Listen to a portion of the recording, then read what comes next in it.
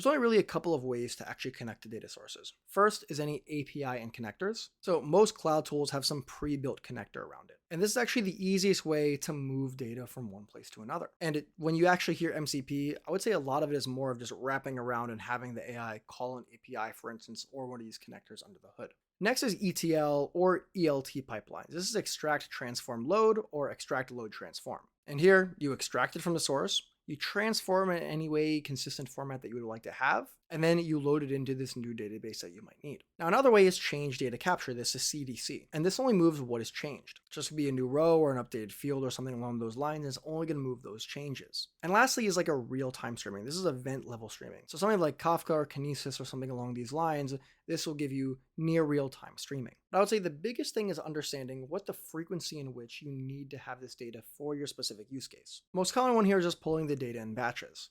So you could schedule it for every single week or every single month and have a large data pool for the past month, for instance. Now for near real time, this is where that CDC pipeline actually comes in. See, instead of moving everything in from the database, we're only changing the differences here, and so it keeps it actually pretty current. And lastly, that real-time or streaming that we talked about at the end of there, this is continuous, and you want to use this that's very specific for your use case. See, the biggest thing that we need to get around is actually the costs in which it is to implement each one of these.